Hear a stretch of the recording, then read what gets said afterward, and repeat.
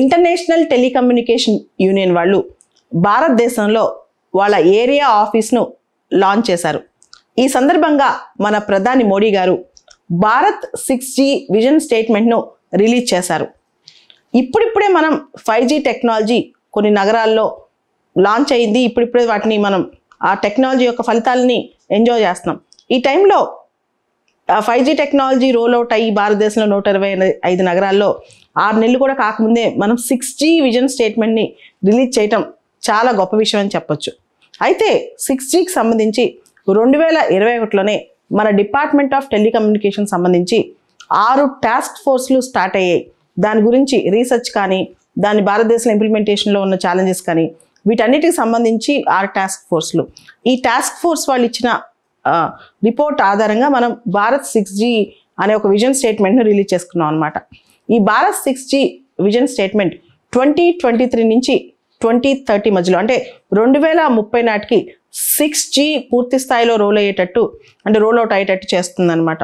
ఈ 2023 మార్చ్ నుంచి 2025 మార్చ్ వరకు ఇది ఒక ఐడియేషన్ స్టేజ్. అంటే ఈ 6G టెక్నాలజీ తీసుకొస్తే దానిలో ఉన్న పొటెన్షియల్ ఎలా ఉంది, దానివల్ల మనకు ఉపయోగాలు ఏంటి, దాని రీసెర్చ్ ఎలా ఉండబోతుంది, దానిలో సవాళ్ళు ఎలా ఉండబోతాయి.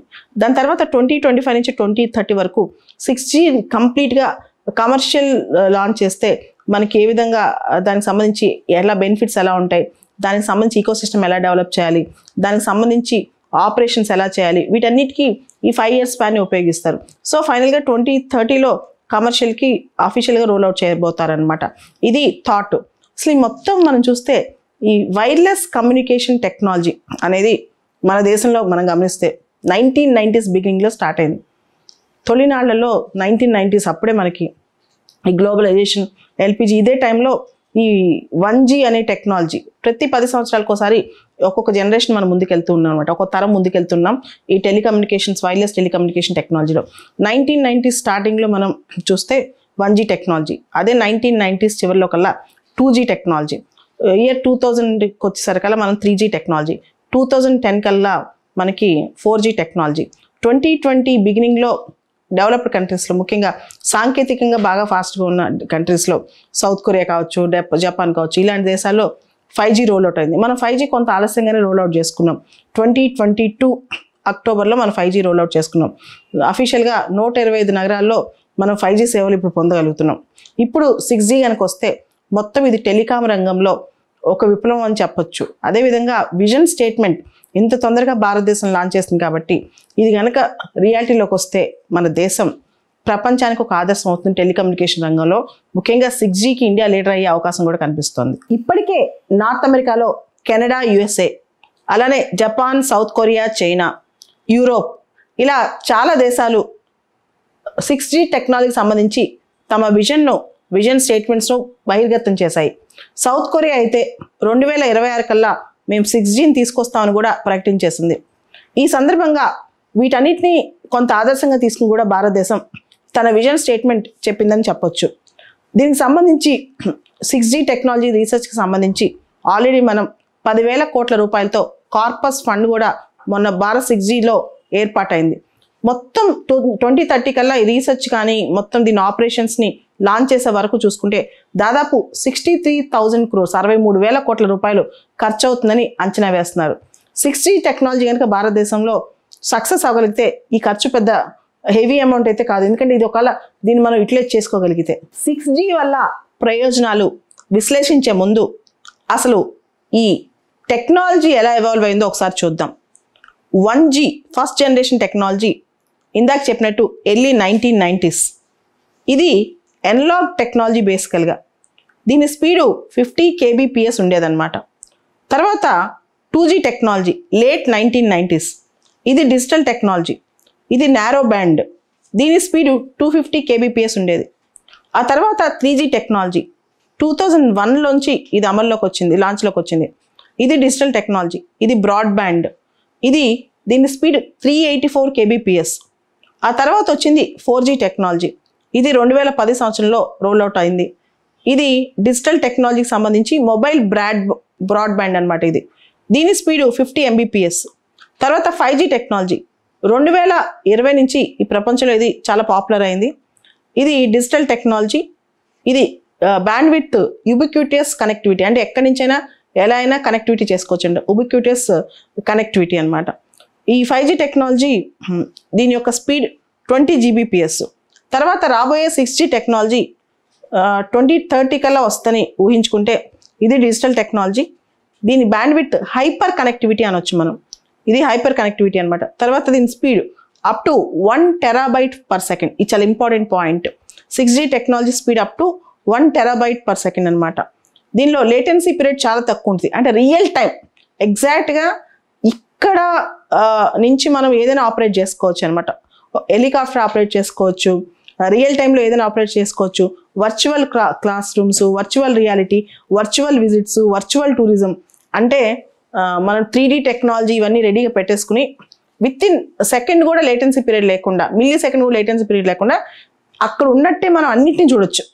ఫర్ ఎగ్జాంపుల్ మనం అమెరికాలో మన ఫ్రెండ్ ఎవరో ఉన్నారు, రెడీగా మొత్తం ఒక వర్చువల్గానే వాళ్ళతో కనెక్టివిటీ, అంటే ఆ సెకండ్లోనే మనకు మొత్తం ఎదురుగా ఉన్న అంటే ఎంత ఫాస్ట్గా పని అవుతుందో అంత ఫాస్ట్గా మనం అక్కడ చేయొచ్చు.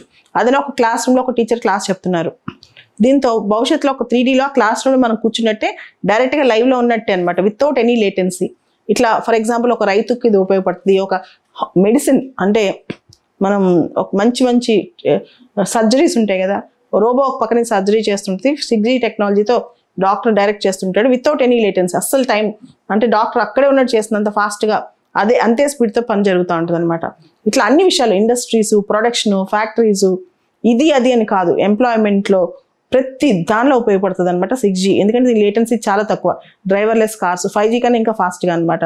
తర్వాత అన్ని ఆటోమేషన్ అనేది చాలా ఫాస్ట్గా అయిపోతుంది. 6G టెక్నాలజీ ఒకసారి మనకు అందుబాటులోకి వస్తే మొత్తం మనిషికి మిషన్కి, మిషన్కి మొత్తం సంబంధం మొత్తం విప్లవాత్మకమైన అద్భుతమైన మార్పు వస్తుంది. ఉదాహరణకి డ్రైవర్లెస్ కార్స్ ఎక్కడ చూసినా అయ్యే కనిపిస్తాయి, నిజంగా ఇది ఫ్యాంటసీలో కనిపించేవి రియల్గా కనిపిస్తాయి.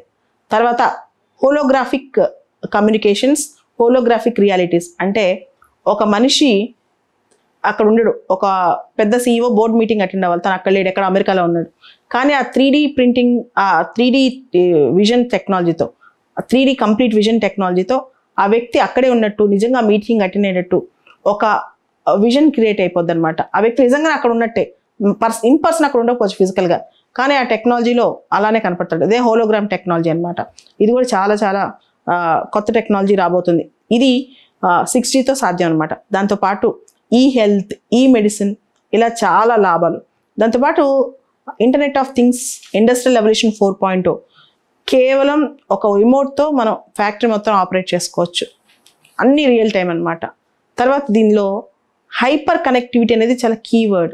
హైపర్ కనెక్టివిటీ అంటే ఇంకా కంప్లీట్గా అన్నిటినీ రియల్ టైం కనెక్టివిటీలో ఉంటాయన్నమాట మనం. So IoT, artificial intelligence, 3D 4D printing technology, industrial revolution 4.0, ఇలా వీటన్నిటికీ ఇది చాలా ఇంపార్టెంట్. అంతకంటే చాలా ఇంపార్టెంట్, లేటెన్సీ చాలా తక్కువ ఉండటం వల్ల ఇది ఒక టాక్టైల్ టెక్నాలజీ అని చెప్పుకోవచ్చు. What is tactile technology? Tactile technology అంటే కంప్లీట్గా మనిషిలోకి టెక్నాలజీ మొత్తం ఇమ్మర్స్ అయిపోతుంది.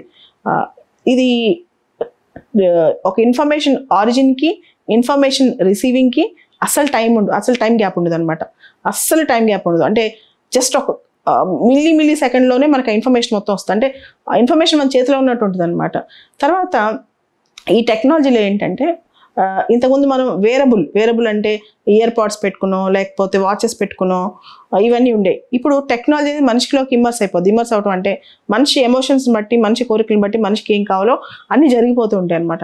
ఆ టెక్నాలజీ మనిషిని అర్థం చేసుకుంటుంది. ఇది హ్యూమన్ టు మెషిన్ కమ్యూనికేషన్లో ఈ 6G చాలా ఫాస్ట్గా ఉపయోగపడుతుంది. మెషిన్ టు మెషిన్ కమ్యూనికేషన్లో 6G చాలా ఫాస్ట్గా ఉపయోగపడుతుంది. ముఖ్యంగా ఇక్కడ మనకి గుర్తుపెట్టుకోవాల్సింది హైపర్ కనెక్టివిటీ చాలా. తర్వాత అంటే దేన్నైనా ఎక్కడి నుంచి ఎలా అయినా కనెక్ట్ చేసుకోవచ్చు, రియల్ టైంలో అన్ని కనెక్టివిటీలో ఉంటాయి. దాని తర్వాత టాక్టైల్ టెక్నాలజీ అంటే లేటెన్సీ చాలా తక్కువ ఉంటుంది కాబట్టి కంప్లీట్గా మనం ఆరిజిన్కి అంటే ఇన్ఫర్మేషన్ ఆరిజిన్కి, ఇన్ఫర్మేషన్ రిసీవింగ్కి అస్సలు గ్యాప్ ఉండదు అనమాట. సో దీంతో విమానాలు నడపాలన్నా, రైలు నడపాలన్నా, కార్లు నడపాలన్నా, ఒక ఫ్యాక్టరీ నడపాలన్నా, ఒక మిషన్ ఆన్ చేయాలన్నా, ఇంకా మనిషికి ఏం కావాలన్నా సరే మొత్తం మన చుట్టూ తిరుగుతుంటుంది. సో దీన్ని ఇలాంటి ఇంటర్నెట్ కనెక్టివిటీ, ఇంత 6G టెక్నాలజీ వస్తే కనుక దీన్ని IoTతో కనెక్ట్ చేస్తే, ఇంటర్నెట్ ఆఫ్ థింగ్స్తో కనెక్ట్ చేస్తే ఇంకా మనిషి లైఫ్లో కానిది లేనిది అంటే ఏది ఉండదు. Advanced sensors, artificial intelligence, internet of things, 6G technology, ఇవన్నీ కలిసిగట్టుగా వస్తే ఒక మాయా ప్రపంచాన్ని సృష్టించవచ్చు, ఒక వర్చువల్ వరల్డ్నే సృష్టించవచ్చు. ఈ 6G టెక్నాలజీ వల్ల లాభం ఏంటి? విజన్ స్టేట్మెంట్లో లాభాలు కూడా చెప్పారు. Law and order maintenance, traffic management, పెద్ద పెద్ద సిటీస్లో ట్రాఫిక్ ప్రాబ్లం, మీ అందరూ తెలుసా కంజెషన్ ప్రాబ్లం, ఇవన్నీ కూడా మేనేజ్ చేయొచ్చు. వాటర్ వే మేనేజ్మెంట్, తర్వాత హెల్త్ కేర్ కూడా చాలా ఇంపార్టెంట్. దీనిలో సిటిజన్కి గవర్నమెంట్కి మధ్య ఉన్న కమ్యూనికేషన్స్ చాలా తేలికైపోతాయి. గుడ్ గవర్నెన్స్కి కొంత సపోర్ట్ సిస్టమ్ హెల్ప్ అవుతుంది అనమాట. బెటర్ గుడ్ గవర్నెన్స్, మంచి గవర్నెన్స్ సిస్టమ్స్ కూడా మనం తయారు చేసుకోవచ్చు దీంతో. దాంతోపాటు నాలెడ్జ్ బేస్డ్ ఎంప్లాయ్మెంట్ జనరేషన్ కూడా చాలా హెల్ప్ అవుతుంది. కంప్లీట్గా నాలెడ్జ్ బేస్డ్ అంటే ఇంకా ఎంప్లాయీస్ చాలా స్మార్ట్ అయిపోతారు. మిగతా చిన్న చిన్న వర్క్స్ అన్నీ కూడా టెక్నాలజీ ద్వారా చేసి employees only major decision making things చేస్తారనమాట. సో మిషన్స్ మనిషి లైఫ్ని కంప్లీట్గా భారతదేశంలో, అంతెందుకు ఇండియాలో ఎడ్యుకేషన్ సిస్టంలో చాలా మార్పులు వస్తాయి. తర్వాత రూరల్, ముఖ్యంగా నాకు తెలిసి రూరల్ ఇండియాలో 6G వల్ల అయితే బ్రహ్మాండమైన మార్పులు. అది ఎట్లా ఉంటుందంటే రూరల్ ఇండియాలో ఇప్పటివరకు వల్నరబుల్ గాను, కనెక్టివిటీ తక్కువగాను ఉన్నాయి. అలాంటిది ఇప్పుడు పూర్తి స్థాయిలో అగ్రికల్చర్ కావచ్చు, హెల్త్ కేర్ కావచ్చు, even road management, real time, ప్రతిదీ ఇంకా రియల్ టైం అడ్మినిస్ట్రేషన్ అవుతుంది అనమాట. ఎక్కడ ఏమో ఏది జరిగినా విత్ ఇన్ నో టైం గవర్నమెంట్కి అది అందుద్ది అనమాట. అయితే దీనిలో ఒక చిన్న కాషన్ కూడా మనం పాటించాలి. 5G టెక్నాలజీ రూల్ అవుట్ అయినప్పుడు దాని మీద కొన్ని అపోహలు, విమర్శలు కూడా వచ్చాయి. దాని నుంచి రేడియేషన్ ఎక్కువ వస్తుంది, దానివల్ల పక్షులు, ఇతర ప్రాణులకు హాని, దాంతోపాటు ఎనర్జీ ఎక్కువ కావాలి కాబట్టి 5G టెక్నాలజీకి దానిలోంచి కార్బన్ ఫుట్ ప్రింట్ పెరుగుద్ది, దానికి సంబంధించి కార్బన్ ఎమిషన్స్ పెరుగుతాయని. సో ఇట్లాంటివి 6Gలో రాకుండా ముందే 6G should be affordable, efficient, at the same time sustainable, అంటే ఎకో ఫ్రెండ్లీ. ఈ ద్వారా 6Gని తీసుకొస్తే ఇంకొంత 6G సుస్థిరంగా కొంతకాలం మనం దాని యొక్క ఫలితాలను వాడుకునే, దానిపైన ఎటువంటి విమర్శ లేకుండా, దానిపైన ఎటువంటి సైడ్ ఎఫెక్ట్స్ లేకుండా దాని యొక్క ఫ్రూట్స్ని వాడుకునే అవకాశం ఉంటుంది.